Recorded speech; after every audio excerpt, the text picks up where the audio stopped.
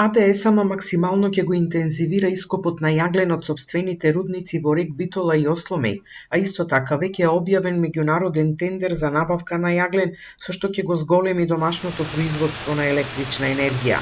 Ова, како што рече генералниот директор Васко Ковачевски, е поисплатливо отколку набавката на скапа струја на берзата каде цените вртоглаво растат, а само за неколку месеци се неколкукратно зголемени.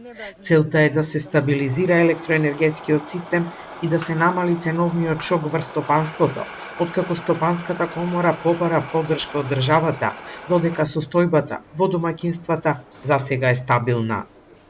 Дополнителната електрична енергија која ќе произведиме од јагленот кој што ќе го набавиме, ќе ја понудиме на стопанските субјекти по цени повисоки од тие кои што ја продаваме на Евана Хом за домаќинствата.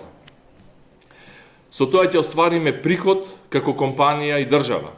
Ќе го стабилизираме и ценовниот шок на кој се сега изложени и уште ќе бидат изложени стопанството, но институциите кои со електрична енергија се снабдуваат на слободниот пазар.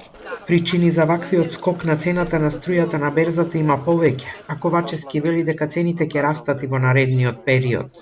За зголемување на цените на берзата има повеќе фактори, меѓу кои има фактор тоа што термоелектраните се затвораат во Европа, се преминува на обновливи извори на производство на енергија кои што се значително поскапи и тоа предизвикува еден дел за зголемување на цената.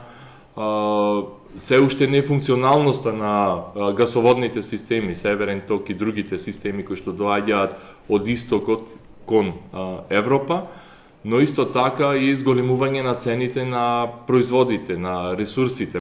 Но, антикорупцијска ќе проверува дали тендерот за набавка на јаглен за производство на струја е спротивен на одредбите во изборниот законник, дали набавката е предвидена со годишниот план на компанијата, односно дали има корупција и судир на интереси затоа што се спроведува во предизборие.